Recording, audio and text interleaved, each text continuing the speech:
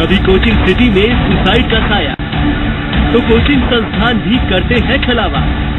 कहीं छात्र खून में घोलते हैं जहर, तो गैंग वॉर से होता भविष्य का सफाया। ड्रीम सिटी में डर लगता है। नमस्कार, मैं हूं सुशांत पारीक। आप देख रहे हैं ग्राउंड रिपोर्ट।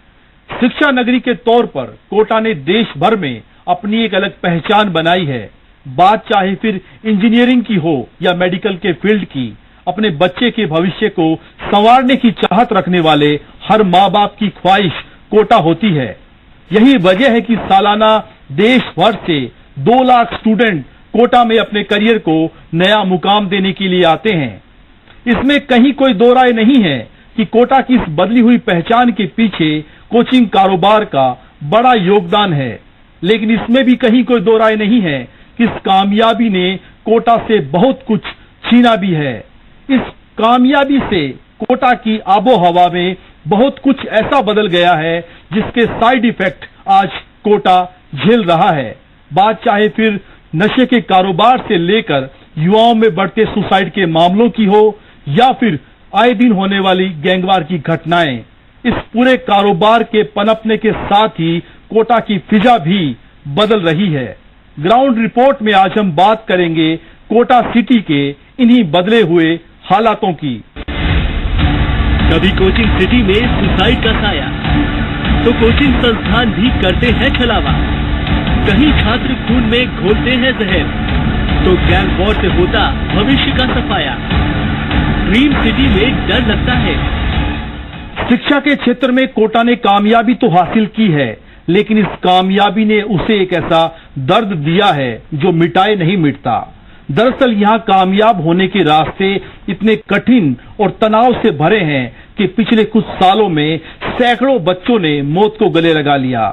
कोटा शहर जब इन बच्चों के सपनों के शव को देखता होगा तो अपने आप को कभी भी माफ नहीं कर पाता होगा। कभी कोचिंग सिटी में सुसाइड का साया, तो कोचिंग संस्थान भी करते हैं छलावा। कहीं छात्र खून में घोलते हैं जहर, तो गैंग वॉर से होता भविष्य का सफाया। ड्रीम सिटी में डर लगता है।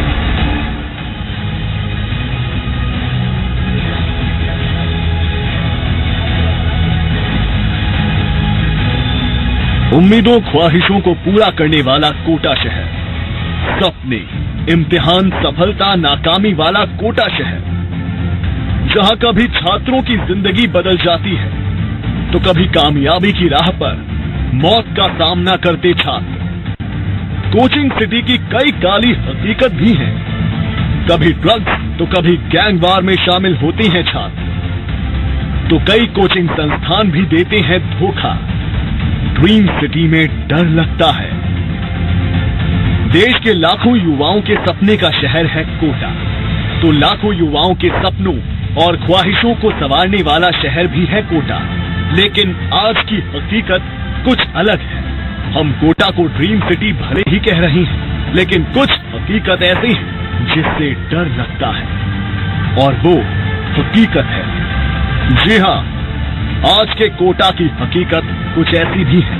हर साल करीब 2 लाख से ज्यादा छात्र डॉक्टर और इंजीनियर बनने की ख्वाहिश लिए कोटा आते हैं। अलग अलग कोचिंग संस्थानों में दाखिला लेते हैं, मगर उनमें से सैकड़ों छात्र ऐसे होते हैं जो पढ़ाई लिखाई छोड़ नशे के आदी हो जाते हैं, तो कई छात्र गैंगवार में शामिल हो जाते हैं। वहीं सैकड़ों छात्र ऐसे भी हैं जो पढ़ाई के बोझ तले ऐसे दबते हैं कि उससे निकलते निकलते जिंदगी की जंग हार जाती है।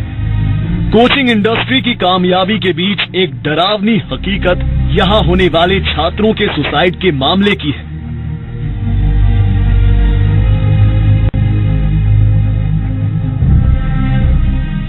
एजुकेशन सिटी के साथ में कोटा का बड़ा साइड इफेक्ट, कोटा में बढ़ते कोचिंग छात्रों की खुदकुशी के मामले। बीते सालों में जिस तरह से कोटा का नाम पूरे देश में एजुकेशन के लिए मशहूर हुआ, वैसे वैसे लगातार यहाँ पर खुदकुशी के मामले भी बढ़ते चले गए।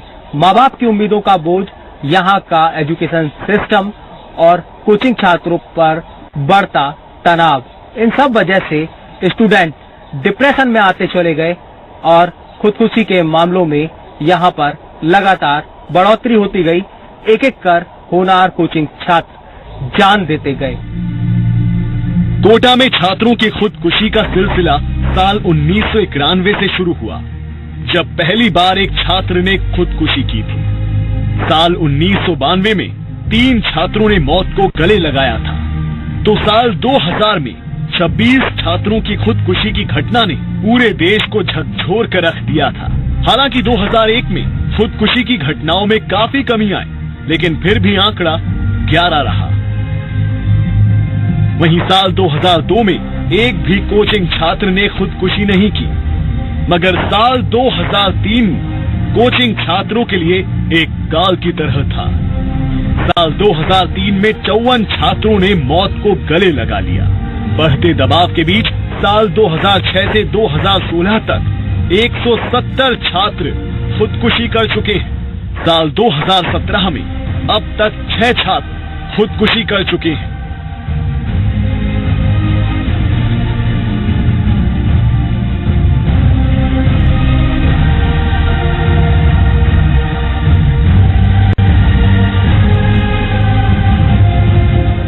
कोटा में हमने 24 घंटे का एक बच्चों के लिए मोटिवेशन पेंटिंग शो भी रखा था, और उसके बाद में आपने ध्यान दिया हो कि बच्चों की जो आत्महत्या की प्रवृत्ति थी उसमें कमी आई है, और 27 से ऊपर कॉल हमने कितने अटेंड किए हैं जिन लोगों ने सुसाइड नहीं किए हैं। और दूसरा, वहाँ पर श्री रविशंकर जी का जो मैम ने कार्यक्रम रखवाया था उसका भी बहुत पॉजिटिव इफेक्ट आया है, और अगर हम उसकी दर को देखें तो उसमें गिरावट है। माँ बाप के अरमानों और ख्वाहिशों का बोझ लिए कोटा आने वाले ज्यादातर छात्र दबाव नहीं झेल पाते, और नतीजा आत्महत्या के तौर पर सामने आता है। बेहतर रैंक और एक दूसरे से आगे निकलने की एक ऐसी होड़ कोटा में लगती है, जिससे उबरने में कई छात्र नाकाम रहते हैं और डिप्रेशन में आ जाते हैं।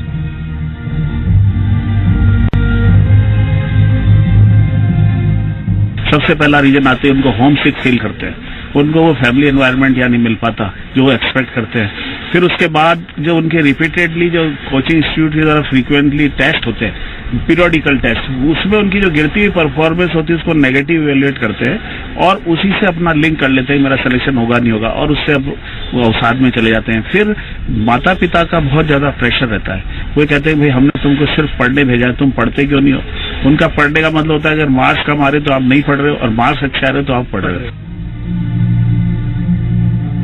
टूटे सपनों के साथ चलने का दर्द बर्दाश्त करना बेहद मुश्किल होता है। ऊपर से कोटा में पढ़ने के दौरान इतने रुपए खर्च हो चुके होते हैं कि छात्रों के ऊपर उसका भी दबाव होता है। ऐसे में कई छात्र खुदकुशी करने जैसा रास्ता चुन लेते हैं। कोटा से हिमांशु मित्तल के साथ सुशांत पारीक, जी मीडिया, जयपुर।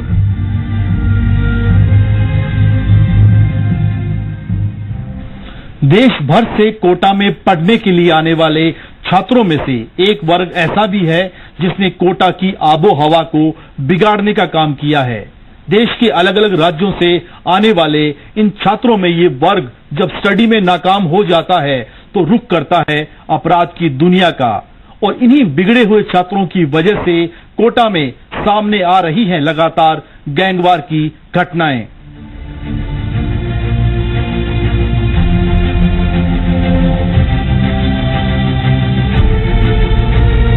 एक तरफ जहां छात्र पढ़ाई के दबाव की वजह से खुदकुशी कर लेते हैं, वहीं दर्जनों ऐसे छात्र भी हैं जो गैंगवार और अपराध की दुनिया में कदम रख अपनी जिंदगी को बर्बादी के रास्ते पर धकेल लेते हैं। पिछले कुछ सालों में कोटा में गैंगवार की घटनाओं में काफी इजाफा हुआ है। घर से नए नए निकले छात्र नई नई आजादी मिलते ही गलत रास्ते पर कदम रख देते हैं। घर से मिले पैसों पर अय्याशी करना शुरू कर देते हैं, लेकिन जब पैसों की कमी होने लगती है तो वारदातों को अंजाम देने लगते हैं।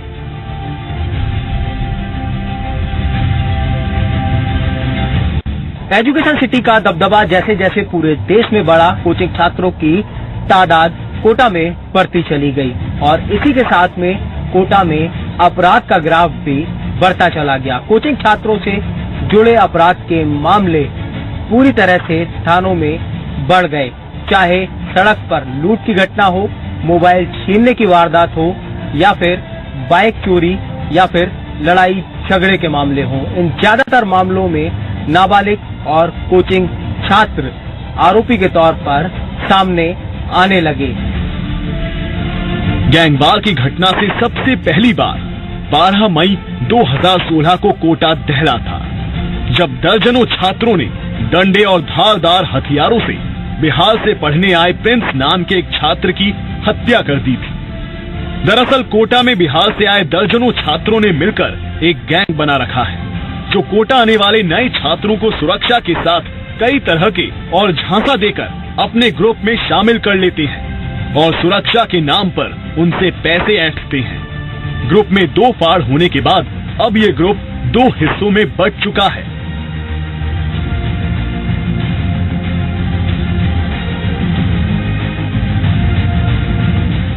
अपने हाईफाई शौक को पूरा करने के लिए कई स्टूडेंट ने अपराध का रास्ता पकड़ा, लूट की वारदात को अंजाम दिया तो बाइक चोरी की वारदात की। हालांकि पुलिस ने बहुत हद तक ऐसे कोचिंग छात्रों पर, ऐसे असामाजिक तत्वों पर लगाम लगाने के लिए खास ऑपरेशन भी चलाया और उस ऑपरेशन के साथ में ऐसे स्टूडेंट को आइडेंटिफाई किया। पुलिस की विशेष टीम भी ऐसे कोचिंग छात्रों पर निगरानी रख करके उन्हें पकड़ती है। लेकिन बीते सालों के आंकड़ों की बात करें तो लगातार ऐसे कोचिंग छात्रों से जुड़े अपराध लगातार बढ़ते जा रहे हैं। बच्चे अलग अलग भारत के अलग अलग हिस्सों से यहाँ पर आते हैं, बिहार से आते हैं, यूपी से आते हैं, एमपी, मध्य प्रदेश से, इसके अलावा महाराष्ट्र, साउथ से भी आते हैं। तो जब वो यहाँ पे आते हैं तो वो अपनी लोकल कम्युनिटी को ढूंढते हैं, अपने ऐसे लोगों को जो कि उनकी लैंग्वेज बोलते हैं, उनके कल्चर को समझते हैं, तो इनका जुड़ाव आपस में नेचुरल तरीके से होता है और वो उन्हीं लोगों के साथ बहुत बार मिक्स करना पसंद भी करते हैं।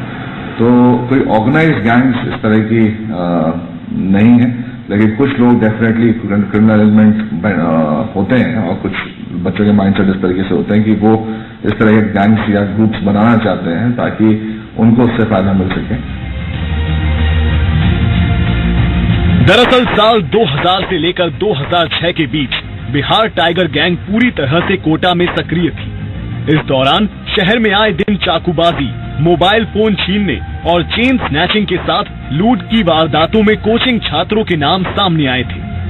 हालांकि पुलिस सख्ती के बाद 2005 के बाद कोई बड़ी घटना सामने नहीं आई थी, लेकिन 2016 की गैंगवार के बाद एक बार फिर बिहार टाइगर एक्टिव हो गया है, जो पुलिस के लिए बड़ी चुनौती बना हुआ है। हालांकि पुलिस लगातार अभियान चलाकर गैंग को खत्म करने की कोशिश कर रही है। कोटा से हिमांशु मित्तल के साथ सुशांत पारीक, जी मीडिया, जयपुर।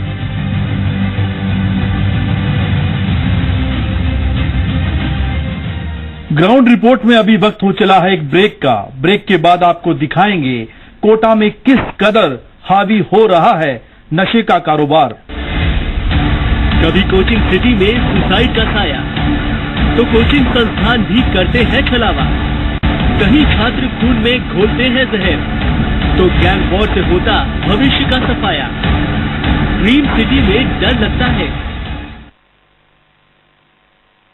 विद्युत उपभोक्ताओं की समस्याओं के त्वरित एवं प्रभावी समाधान हेतु बिजली चौपाल प्रत्येक उपखंड के सहायक अभियंता कार्यालय पर महीने के दूसरे और चौथे शनिवार को सुबह 10 से दोपहर 3 बजे तक, जिनमें होगा बिल, मीटर, नए कनेक्शन, शिफ्टिंग, लोड बढ़ाने, वोल्टेज, ट्रांसफार्मर जलने, लूज तार संबंधी और अन्य शिकायतों का मौके पर ही निस्तारण।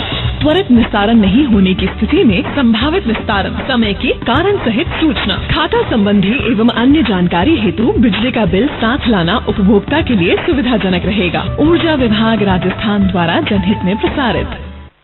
कृषि उपकरण की दुनिया में 5 दशक से भरोसे का नाम ब्रह्मपुरी, जिसके मजबूत और बहुउपयोगी रोटावेटर एवं अन्य कृषि यंत्र खेतों में करे शानदार काम, किसानों को दे कम खर्च में ज्यादा काम। Product of Rajasthan mechanical works limited, Jaipur.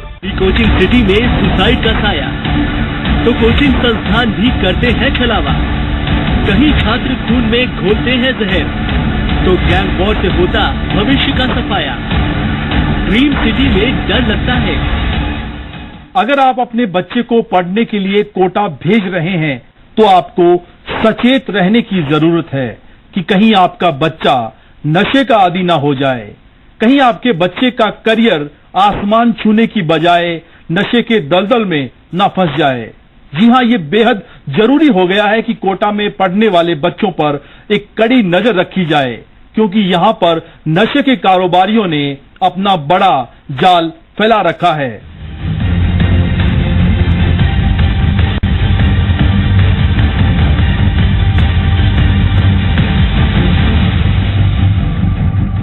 Kota में कोचिंग के कारोबार के साथ में ड्रग्स का काला कारोबार भी पैर पसार रहा है। जिस क्षेत्र में कोचिंग संस्थान चलते हैं, जहां कोचिंग स्टूडेंट रहते हैं, वहां तक ड्रग के कारोबारियों ने अपना नेटवर्क फैला रखा है। हर ओर दलाल फैले हुए हैं जो कोचिंग छात्रों तक ड्रग की सप्लाई करते हैं। बस डिमांड का इंतजार होता है और स्टूडेंट को उस डिमांड के अकॉर्डिंग ड्रग्स की सप्लाई कर दी जाती है। कोटा में दलालों का एक ऐसा गिरोह सक्रिय है जो कोटा में रहने वाले कोचिंग छात्रों को नशे की दुनिया में धकेल रहा है। और यही वजह है कि कोटा आज राजस्थान में नशे की सबसे बड़ी मंडी बनने की तरफ है। कोटा में कई ऐसे दलाल सक्रिय हैं जो कोचिंग छात्रों को ड्रग्स का आदी बनाते जा रही हैं। अफीम से लेकर गांजा और स्मैक तक की सप्लाई इन कोचिंग छात्रों तक की जाती है। स्टूडेंट के ऑर्डर के हिसाब से नशे की सप्लाई की जाती है। हमारी टीम ने जब नशे के इन सौदागरों की पड़ताल की तो बेहद चौंकाने वाली तस्वीरें सामने आई। स्टूडेंट आते हैं क्या? स्टूडेंट आते हैं ना यार भैया, खाने के लिए झूठ बोलूं, मेरा क्या गुड्डू नाम है, नाम चलता है मेरा यहाँ। गांजा तस्कर हूँ मैं, थोड़ा यार हिसाब से बेचना पड़ता है। मेरी बात सुन, इसमें मिल जाती है क्या? अफीम स्मैक वगैरह? इसमें मिलता है ना, इसमें मिल जाता है। वो क्या है, उसका क्या रेट है? उसका तो यार देखो यार भैया, एक पैकेट आता 200 रुपए लेते हैं यार। तुम तो बहुत ज्यादा ले रहे हो यार, जान तो क्या। और नयापुरा में भी मिलता है ना अपना, याद है वो तो मैं उधर लाता हूँ जो वो तो कम रेट लगा रही है। तुमने तो इसकी भी बहुत ज्यादा मांग रहा है। नहीं भैया मान ले, मेरी बात 10 रुपए के चक्कर में इसीलिए बोल रहा हूँ, क्योंकि अभी लेके फिर शाम को फिर मैं 2 किलो लेके जाऊंगा माल। स्टूडेंट के लिए वहीं पे वहाँ पे भी देता हूँ। स्टूडेंट कितने आते हैं यहाँ पे? कितनी सप्लाई है स्टूडेंट? आते हैं ना बहुत सारे आते हैं, बहुत सारे। कितने? 70-80 तो स्टूडेंट आते हैं। अभी मेरे को एक स्टूडेंट आता है मेरे पास, तुम्हारे जैसा है भैया, मेरे को अलग से 50 रुपए भी दे देता है, उसको बराबर माल तोल के दे देता हूँ। जो भैया क्या बोलते हैं, मेरी बात सुन, फोन करके तुम सप्लाई अप्लाई करते हो क्या? उसको मतलब जैसे फोन आ जाए तो देने जाते हो क्या स्टूडेंट को? बाल्टी जब हम गाँव से आता है ना माल, बाल्टी डायरेक्ट कॉन्टेक्ट कर लेंगे ना अपन, सही रेट में पूरा 1 नंबर। सामने वाला को पैसे खटखारा दे दो, पूरा कुंटल ही कुंटल पटक देता है। वैसे नहीं, आधा भी पहुंच जाएगा ना उसके पास, डेली कुंटल पटक के चल जाएगा। 2-3 कुंटल तो ऐसा ही पड़ा रहेगा तुम्हारे पास 24 घंटा। पीने खाने का तो ऐसे ही बिंदास खड़े रहोगे। आपके पास तो जब सामान पटक गया सामने वाला तो क्या सोचेगा कि अच्छा आदमी है यार, मेरे को तो मिल गया अच्छा आदमी। एडवांस पैसा देना पड़ता है। बात क्या, उसको क्या 10,000 20,000 जो भी चाहिए उसको दे देंगे अपने लिए। वो क्या माल पूरा कार भर देगा। वो छोरा ऐसा है बहन को, ऐसे छोरे आते हैं। यही से कांटेक्ट करेंगे अपन तो। नहीं राजस्थान या बाहर से आता है? बाहर से आता है। बाहर से 1 नंबर माल आता है। मैं ना खेत में बैठा हूँ भैया, आपसे झूठ नहीं बोल रहा हूँ। मेरा गांव में इतना बड़ा खेत है ना गांजे का, क्या पूरा वहाँ सो के पूरा पड़े रहो ऊपर और सिगरेट बरबार के और गांजा बरबार। अरे सुन, स्टूडेंटों में और कौन कौन आता है यहाँ पे? कौन कोचिंग? सारी कोचिंग के आते हैं? कोचिंग आते हैं इधर, कोचिंग के मेडिकल वाले। रात शाम को आएगा ऐसे गाड़ी लेकर आता है। जो स्टूडेंट है वो भैया 100 ग्राम 150 ग्राम 300 ग्राम 400 ग्राम जो भी है बोल देता है, भैया इतना चाहिए मेरे को, अभी कर दो। खट कर देता हूँ मैं एक झटके में। बस मेरे को भैया आगे पैसे दे देते हैं पहले से पहले, लो भैया। और वो भैया को मैं क्या बोलूंगा, थोड़ा इधर घूम के आ जाओ, मैं यही पहुंच रहा हूँ, तुम्हारा को जहाँ भेज रखा हूँ वहाँ से घूम के आ जाओ। मैं आपको सही के लिए बोल रहा हूँ। फिर से हमने एक स्टिंग से ये साबित किया है कि किस तरह से बेखौफ होकर के कोटा में ये नशे के सौदागर स्टूडेंट तक ड्रग्स पहुंचाते हैं। ये आपको दिखाते हैं कि ये आपने देखा अजय आहूजा नगर, जहां पर ये पूरे ड्रग्स की सप्लाई होती है, चाहे अफीम हो, चाहे गांजा हो, चाहे चरस हो। बस डिमांड कीजिए, क्वांटिटी बताइए और कुछ ही देर में आपको उस क्वांटिटी के अकॉर्डिंग आपकी डिमांड पूरी हो जाएगी। इस स्ट्रिंग में आपने देखा कि यहाँ पर हमने गांजे की डिमांड की थी और ये देख सकते हैं वो गांजे की पुड़िया जो हमें महज 2 मिनट के अंदर हमारी डिमांड के बाद में यहाँ पर सिर्फ 120 रुपए में ये गांजा हमें दे दिया गया। पढ़ाई का प्रेशर झेलने में नाकामयाब रहने वाले छात्र धीरे धीरे नशे की गिरफ्त में कैद होने लगते हैं। फिर एक वक्त ऐसा भी आता है जब नशे के आदी ऐसे छात्र अपनी जिंदगी पूरी तरह से बर्बाद कर लेते हैं। खबर होने के बाद भी पुलिस नशे की सप्लाई करने वाले दलालों पर लगाम नहीं लगा पाई है।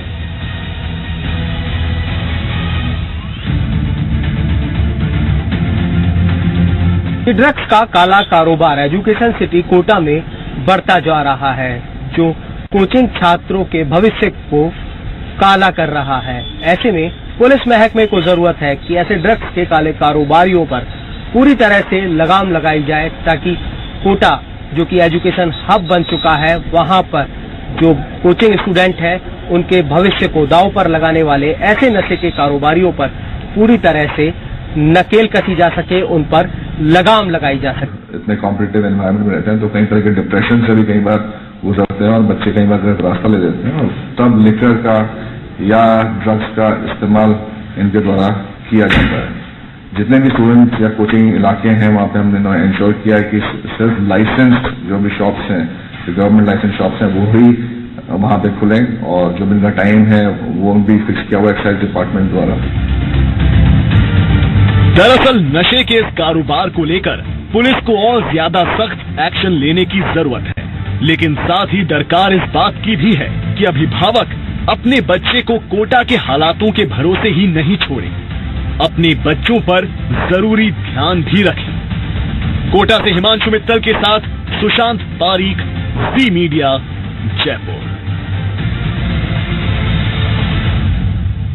इसमें कहीं कोई दो राय नहीं है कि कोचिंग के कारोबार ने कोटा को एक अलग पहचान दी है, लेकिन इसका बड़ा नुकसान यहाँ पर स्कूली शिक्षा को हुआ है। दरअसल आईआईटी और पीएमटी की तैयारी करने के लिए यहाँ आने वाले छात्रों को फर्जी तरीके से स्कूली शिक्षा दिलवाई जाती है। त्रासदी इस बात की भी है कि 2 साल पहले सीबीएसई की विजिलेंस टीम ने इसको लेकर एक रिपोर्ट तैयार की थी, लेकिन उसके बावजूद इन डमी स्कूल के खिलाफ कोई एक्शन नहीं लिया गया। खुदकुशी, गैंगवार और नशे की सप्लाई के अलावा एक और हकीकत है कोटा की, जिस पर जल्द से जल्द कार्रवाई की जरूरत है। दरअसल कोटा में कोचिंग के कारोबार के साथ ही एक नई शिक्षण व्यवस्था का भी जन्म हुआ है, जिसे यहाँ की भाषा में डमी स्कूल कहा जाता है। इस डमी स्कूल का ना तो हमारी शिक्षण व्यवस्था में इसका कोई जिक्र है और ना ही हमारे सरकारी सिस्टम में इसका कोई प्रावधान है, लेकिन फिर भी ये व्यवस्था बड़े आराम से कोटा में चल रही है। दरअसल कोटा के स्कूल्स ने यहाँ पर मौजूद कोचिंग संस्थानों से एक सांठ-गांठ कर लिया है। पहले हम आपको बताते हैं कि आखिर ये डमी स्कूल क्या होता है, फिर ये कैसे काम करते हैं, ये हम आपको बताते हैं। क्या है डमी स्कूल? कोचिंग ज्वाइन करने वाले ज्यादातर छात्र 11वीं और 12वीं की पढ़ाई भी कोटा के कोचिंग से ही करते हैं। कोचिंग करने की वजह से छात्रों के पास स्कूल जाने का वक्त नहीं रहता। ऐसे वक्त में डमी स्कूल का इजाद कोटा में किया गया, यानी अटेंडेंस से बचने के लिए इस तरीके को खोजा गया है। कोचिंग संस्थानों ने स्कूलों के साथ एक तरह का करार कर लिया है और कोचिंग संस्थान 11वीं और 12वीं में पढ़ने वाले छात्रों को ऐसे स्कूल में दाखिला दिलवा देते हैं, लेकिन छात्रों को स्कूल जाने की जरूरत नहीं होती है। स्कूल वाले उनका अटेंडेंस बनाते रहते हैं, बदले में कोचिंग संस्थान ऐसे स्कूलों को पैसे देती है। खुलासा तो ये भी हुआ है कि कोचिंग संस्थान ही ऐसे स्कूलों का भी पैसा छात्रों से ही एक ही बार में लेते हैं, यानी स्कूल गए बगैर ही छात्रों का अटेंडेंस 100% दिखा दी जाती है।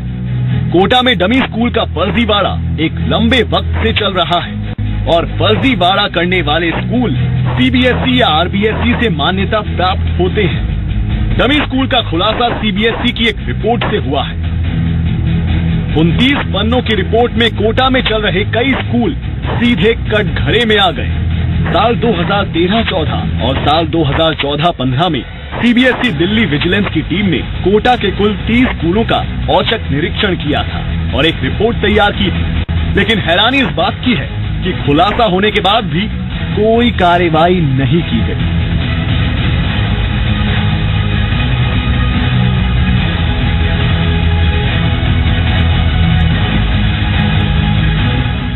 कोटा में डमी स्कूल काम कर रहे हैं।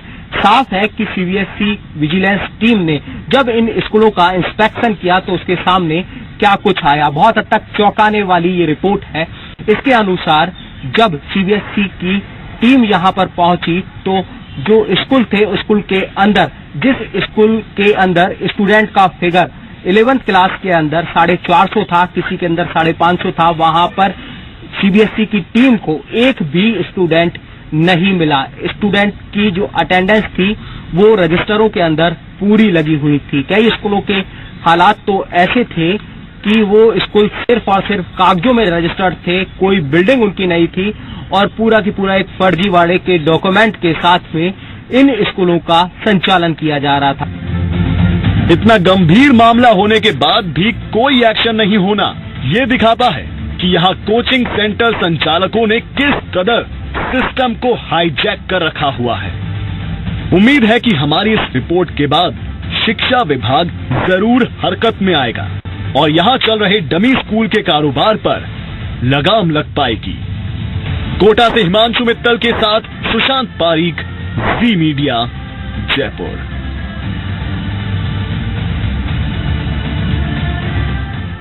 आज की तारीख में ये सच है कि कोटा का आर्थिक आधार यहाँ का कोचिंग कारोबार है और ये भी बड़ा सच है कि इस कोचिंग कारोबार ने एक बड़े वर्ग को रोजगार दे रखा है। लिहाजा ये बेहद जरूरी हो जाता है कि इस कारोबार को फलने फूलने में और अधिक मदद की जाए। लेकिन ये उससे भी जरूरी है कि इस कारोबार के जो साइड इफेक्ट्स हैं, उन कमियों को, उन खामियों को दूर करने की भी कोशिश की जाए, क्योंकि ये इसलिए जरूरी है ताकि आज के इस दौर में जब कोटा को एक अलग पहचान मिली हुई है तो उस पहचान को और बेहतर और पुख्ता किया जाए। ग्राउंड रिपोर्ट में आज के लिए बस इतना ही। नमस्कार, जय हिंद। कभी कोचिंग सिटी में सुसाइड का साया तो कोचिंग संस्थान भी करते हैं छलावा। कहीं छात्र खून में घोलते हैं जहर तो गैंग वॉर से होता भविष्य का सफाया। ड्रीम सिटी में डर लगता है